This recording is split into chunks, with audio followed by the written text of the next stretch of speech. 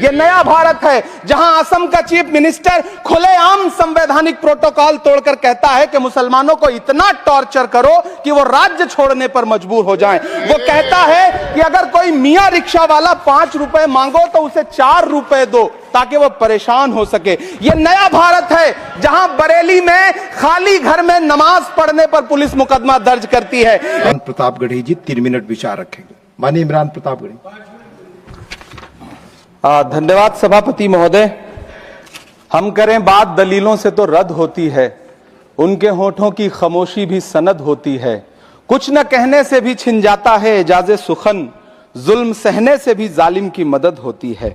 सभापति महोदय, मैं राष्ट्रपति के अभिभाषण पे अपने बात रखने के लिए खड़ा हुआ हूं। उस दिन देश की संसद के गलियारों में सरकार की तारीफ करती हुई महामहिम की आवाज गूंज रही थी, तो उधर मेरे कानों में हसदेव के जंगलों में आदिवासियों को जिंदगी देने वाले पेड़ों पर चलती हुई कुल्हाड़ी की आवाज गूंज रही थी।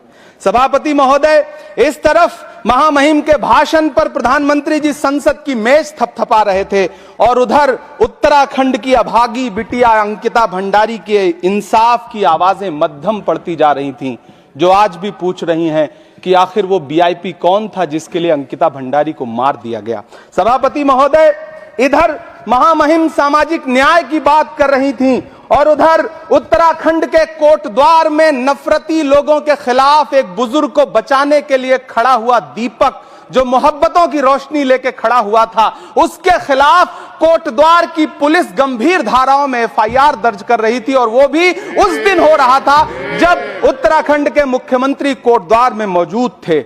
ये नया भारत है जहां दंगाइयों के खिलाफ एफआईआर नहीं होते, बल्कि अमन और मोहब्बत की बात करने वालों के खिलाफ एफआईआर दर्ज होता है। यह नया भारत है जहां असम का चीफ मिनिस्टर खुलेआम संवैधानिक प्रोटोकॉल तोड़कर कहता है कि मुसलमानों को इतना टॉर्चर करो कि वो राज्य छोड़ने पर मजबूर हो जाएं। वो कहता है कि अगर कोई मियां रिक्शा वाला 5 रुपए मांगो तो उसे 4 रुपए दो ताकि वो परेशान हो सके। यह नया भारत है जहां बरेली में खाली घर में नमाज पढ़ने पर पुलिस मुकदमा दर्ज करती है।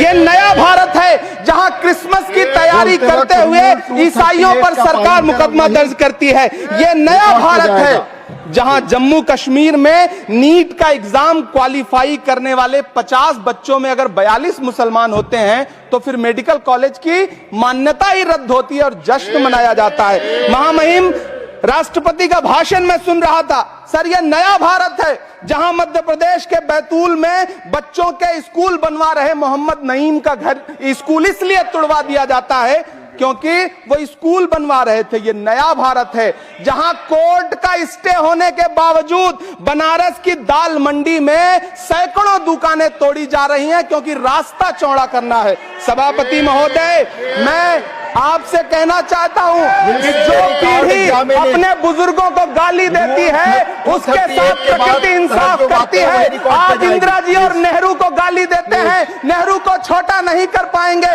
नेहरू का नाम आइंस्टीन के साथ लिया जाता था और आपका नाम एप्स्टीन के साथ लिया जाता है। आपको ये बात समझनी पड़ेगी। सभापति महोदय, मुझे 1 मिनट बोलने दे, मुझे कंक्लूड करने दे।